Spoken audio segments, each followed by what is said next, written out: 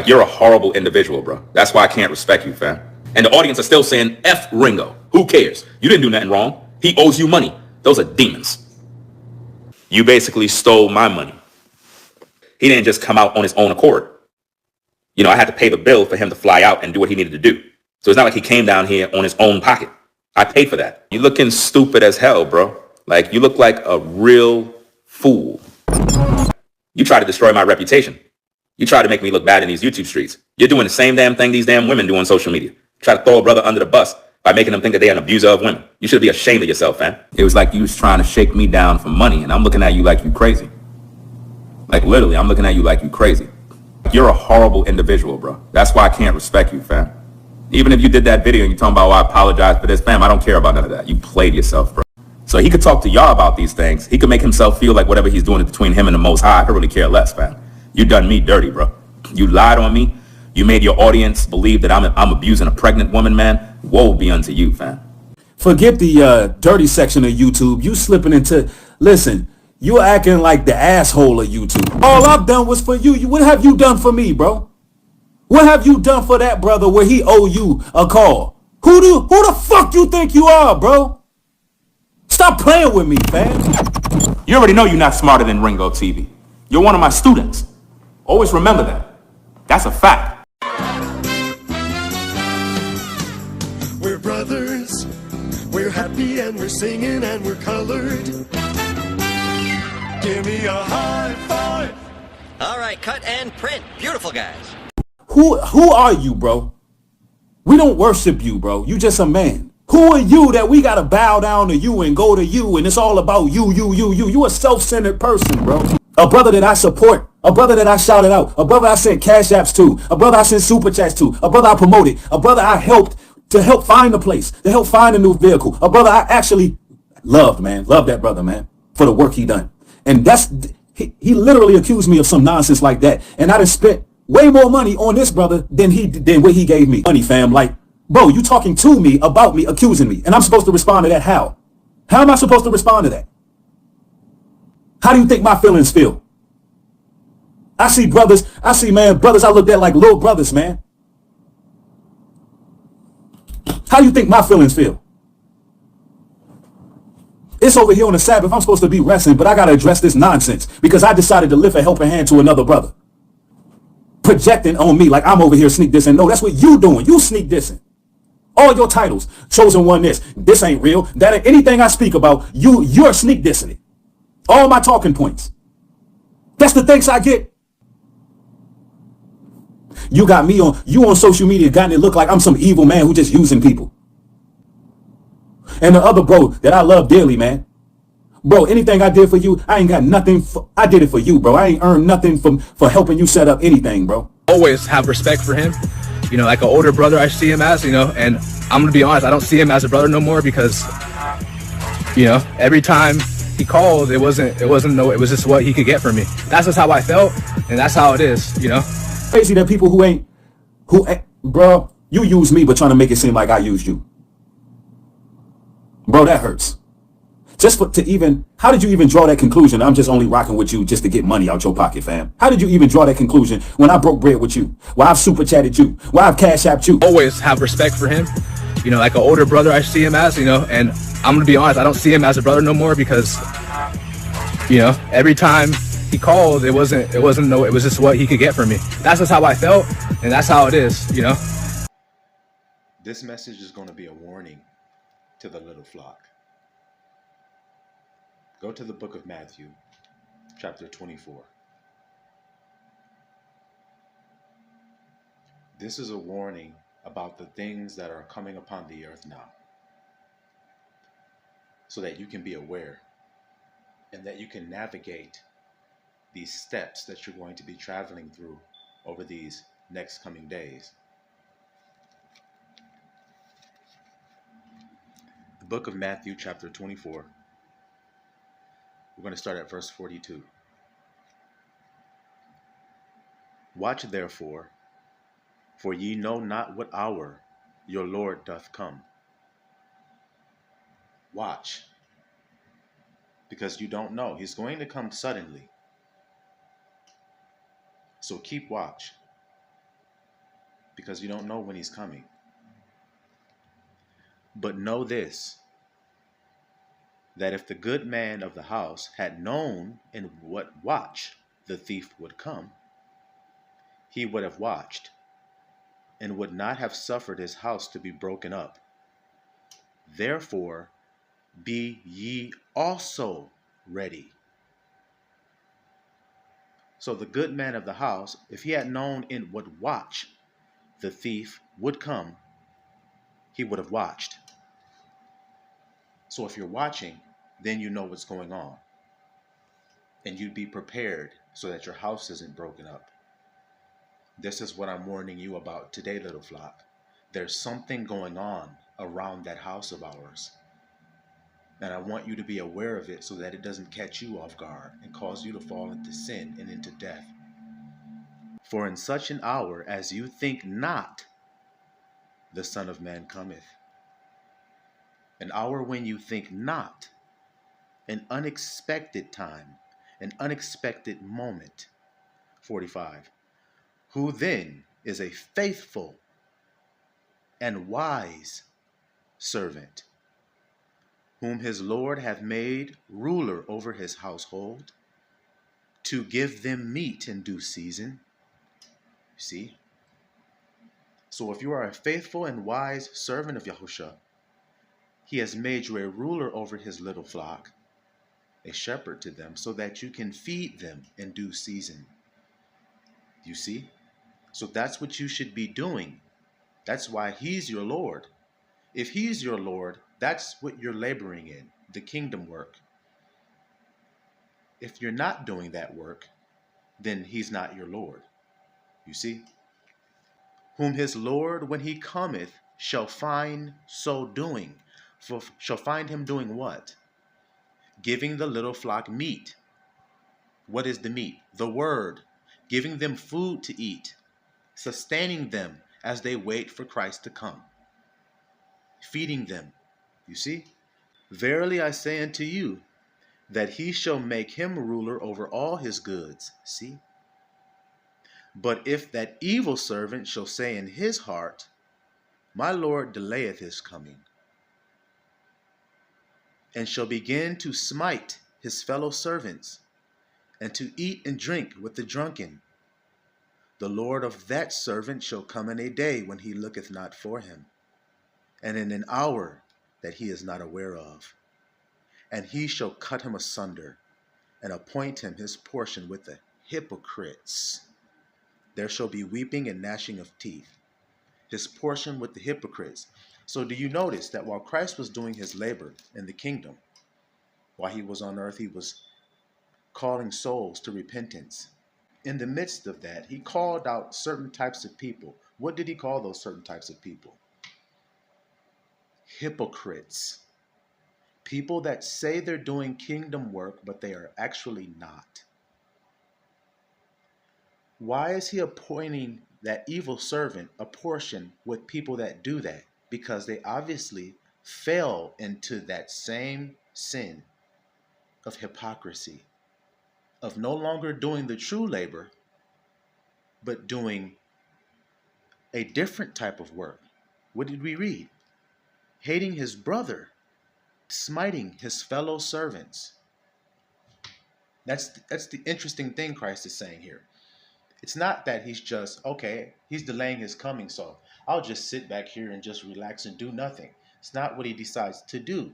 He decides to start to hate his brother, his fellow servants, and smite them. Interesting, isn't it? So what is the grandson of right thought warning you all of at this time? Envy.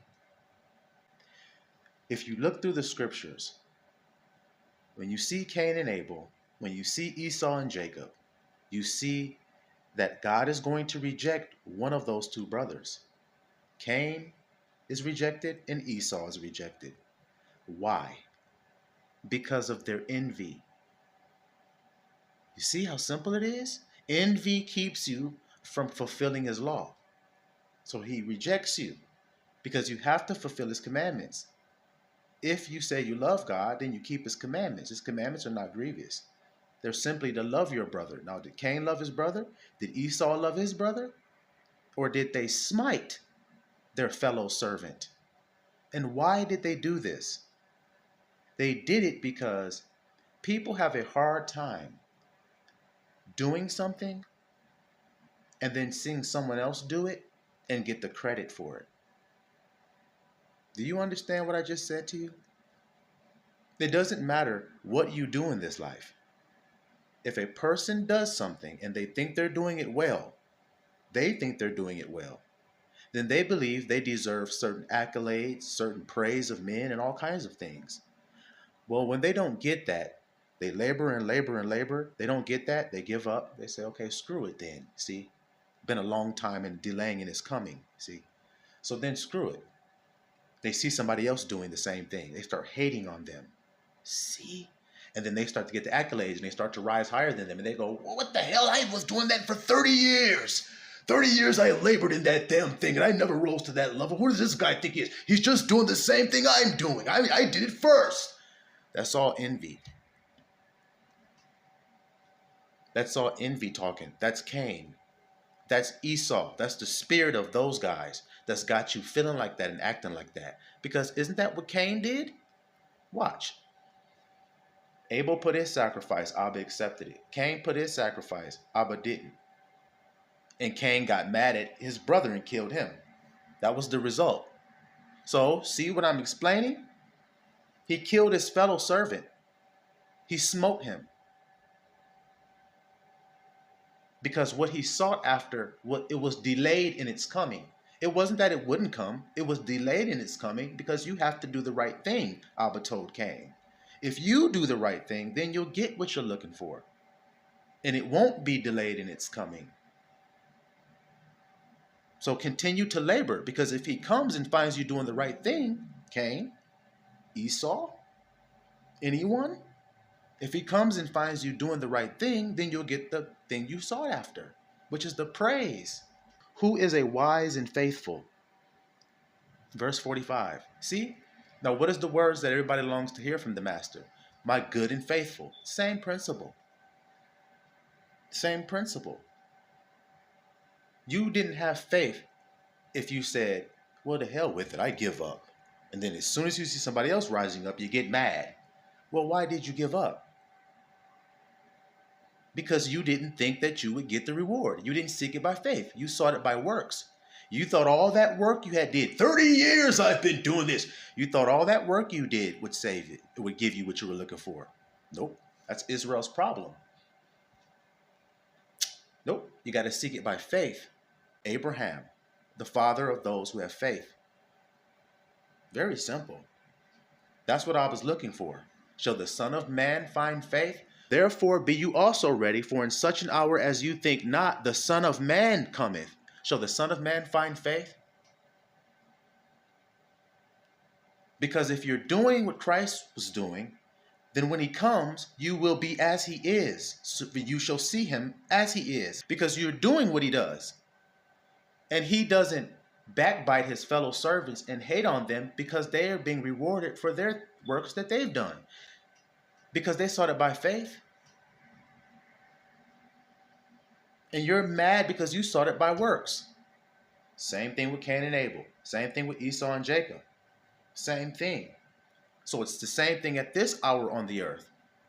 So if you seek what you seek by works and the reward of men praising you, then you're not seeking the honor that comes from God alone. So then you're not really doing it for God. See? You're doing all that you do to be seen of men. That's like the hypocrites that he mentioned there. That's why their portion is with the hypocrites, the people that have fallen into that same way of hating their brother. Now, what have you heard coming out of the School of Marvelous Light here recently? Brotherly love. That is the key. I put a post on my community page that said, the ark is brotherly love. Enter into brotherly love right now, because once that ark door is closed, what you are is what you are, and you can't change it anymore. There is no more repenting and going back and changing. No. Once the Son of Man come, then that's it.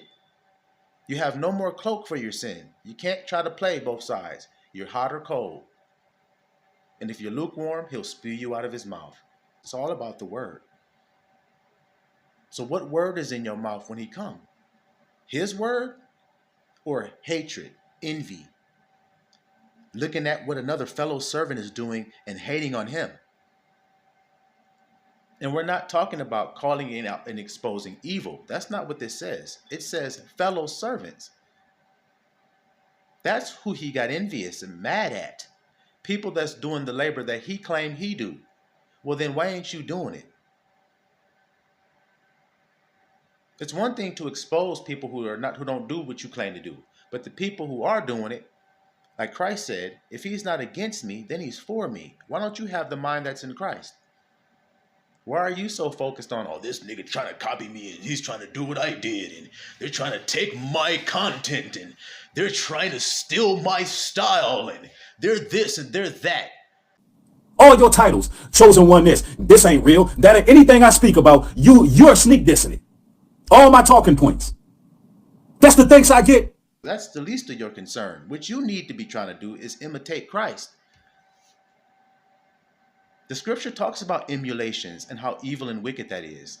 So then don't even worry about that. Focus on what the Most High got you doing and do that. So I'm giving y'all the warning now to look out for it right now. When the urge comes for you to look at somebody else and your fellow servant and look at what he's doing and be all scoping it out and critiquing it and seeing what it's about and everything, focus on what your work is with the same intensity. Focus on what God got you doing with the same intensity that you focusing on your fellow servants. Because if you're focusing on them when he comes, then you ain't focused on the right thing. You weren't watching. Only an unfaithful servant would get mad about not having his reward. That proves he's unfaithful and don't believe the Lord that picked him and that says, you will have this reward. I will make you ruler over all my goods. Well, he said he'll make me a ruler, but I haven't gotten it yet. Jeez, I'm getting tired of waiting for this crap. Who knows if he's even going to do it? Who knows if he's even going to come and give me a reward? Who knows? That's what they start thinking. And they get envious, mad, and they start taking out on other people. You see? And a lot of that is going on right now.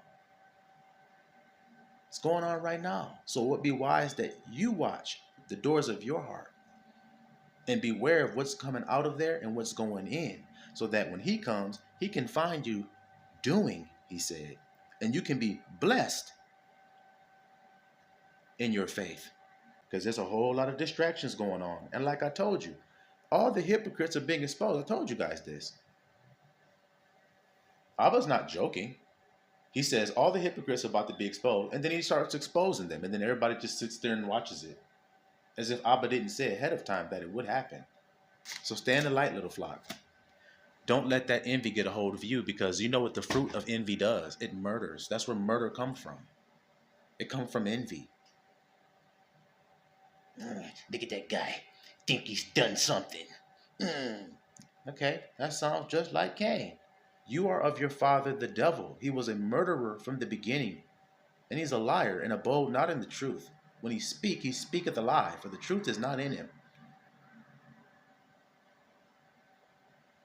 See? Now, a lot of people have thought a lot of devils were angels of light and God's chosen servants. He just said evil servants there. So not all Israel is Israel. And I was exposing that now. What was truly in their heart all along. Why they were saying the words of God all along. A lot of people say the words of God for personal gain, for filthy lucre, for praise of men, for some type of earthly vain power. And y'all know that. And then there are others who speak the words of God in pure heart, with a pure heart, and in sincerity and in truth. Because those who worship the Father worship him in spirit and in truth, and not in outward vain works and things wherein there is no profit. You understand that today? So don't get caught up in the flesh mind. You stay in the mind of brotherly love. Stay in the mind of Christ. That mind that Christ had, let that mind be in you today. And walk on these waves, because the storm is stirring up. The wind is blowing, and many are going to blow away, and many houses are toppling down as I speak, because they were not founded on a solid rock of truth. The intents of their heart wasn't pure. And if the intents of their heart wasn't pure, Abba going to make sure that he shows everyone that.